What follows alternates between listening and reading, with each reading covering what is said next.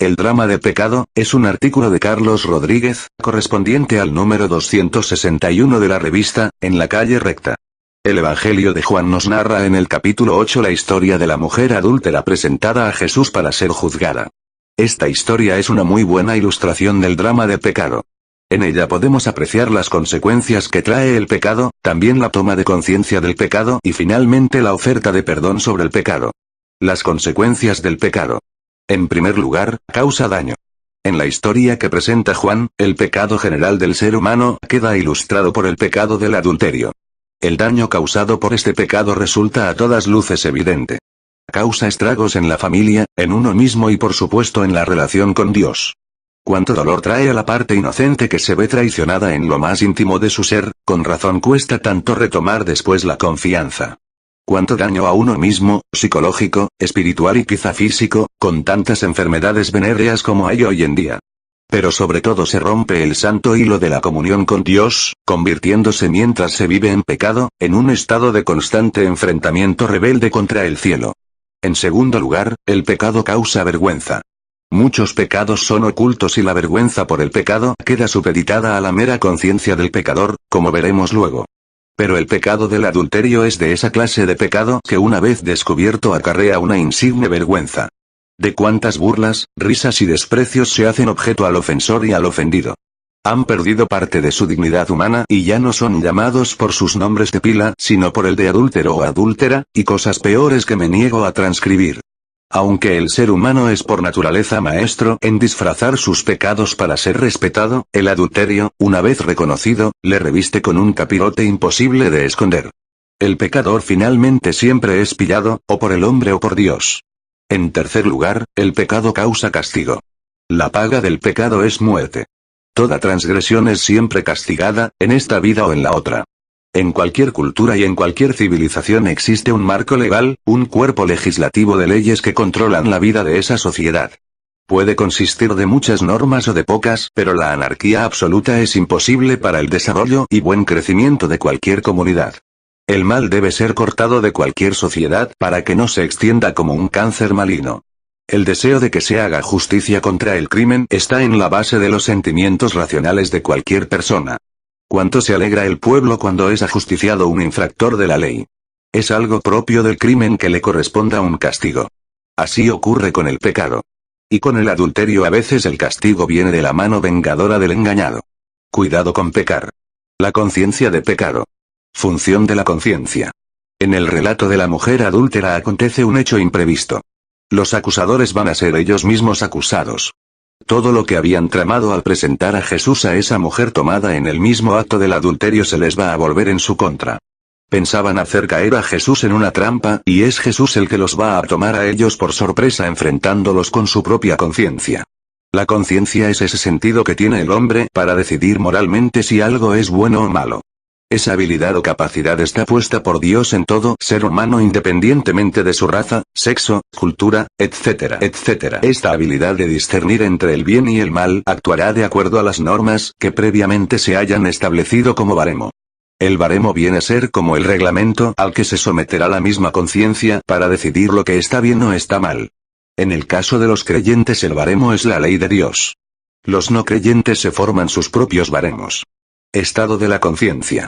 Ahora bien, toda conciencia puede estar cauterizada, es decir, adormilada, apagada o insensible a la hora de funcionar. Por lo que haremos bien en preguntarnos cuál es el estado de nuestra conciencia. En base a las normas que nos hemos propuesto seguir, sean las que sean, cuando las vulneramos la conciencia nos advierte. ¿O puede que hayamos adormecido a tal punto la conciencia que ya no encienda su luz de alarma? El estado de la conciencia del hombre pecador no regenerado por el Espíritu Santo es de insensibilidad al pecado. Del mismo modo que un ciego de nacimiento es insensible a una preciosa noche estrellada o un sordo de nacimiento es insensible a una sinfonía de Beethoven, el pecador se hace cada vez más insensible al pecado, a su transgresión de la ley o norma dada. Despertar de la conciencia. En esta historia Jesús obra el despertar de la conciencia adormilada de esos judíos hipócritas. En primer lugar con un repetido gesto de escribir en el suelo en clara referencia al profeta Jeremías 17:13.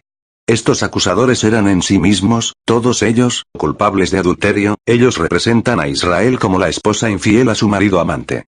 Una vez recordada su infidelidad espiritual y el castigo que ellos mismos merecerían si Dios desatara su juicio en ese momento, les hace la gran declaración: el que esté libre de pecado sea el primero en arrojar la piedra contra ella. Por la palabra de Cristo fue despertada sus conciencias, pues al oír a Jesús salieron del lugar todos ellos. En el presente drama, todos y cada uno de nosotros somos como esos judíos, dispuestos a condenar a todo el mundo menos a nosotros mismos. Que Dios despierte nuestra conciencia. El perdón del pecado, la gracia del perdón. A continuación se nos presenta un principio vital del Evangelio, y es la oferta gratuita de perdón a los más viles pecadores. ¿Quién iba a pensar que a esta pecadora adúltera se le iba a ofrecer perdón? Y sin embargo aquí está Jesús, quien ha venido para salvar a pecadores ofreciendo gratuitamente el perdón.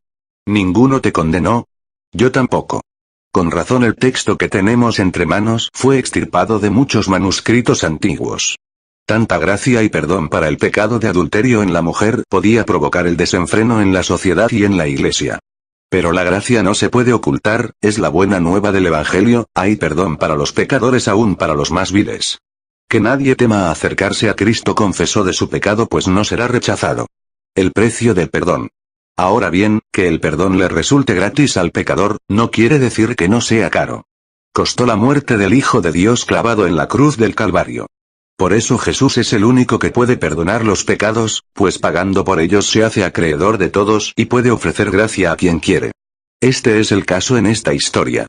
El Señor soberanamente decide ofrecer perdón a esta mujer pecadora. Él ha venido a salvar, no a condenar. Los evangelios lo repiten una y otra vez. Él ha venido a buscar y salvar lo que se había perdido. No ha venido a buscar justos sino pecadores. Será en su segunda venida cuando vendrá como juez a juzgar a vivos y muertos. Será entonces cuando no habrá perdón para nadie que no haya hecho las paces con Jesús. Es ahora el momento de pedir perdón, de arrepentirse y creer en Jesús como Señor y Salvador. La responsabilidad del perdón. Vete, y no peques más. El perdón no da licencia para seguir pecando. ¿Perseveraremos en el pecado para que la gracia abunde? En absoluto. El pecador confesó tiene la responsabilidad de vivir ahora haciendo obras dignas de una persona arrepentida. Es decir, debe andar en novedad de vida, en santidad. Esta es la evidencia del nuevo nacimiento, de la obra de la gracia en el corazón del penitente. ¿Fue este el caso de la mujer adúltera de la historia? No lo sabemos. De todos modos, lo que me importa es que tú, amable lector, aceptes la gracia del perdón ofrecido por Jesús y dejes de pecar, para su gloria y para tu bien.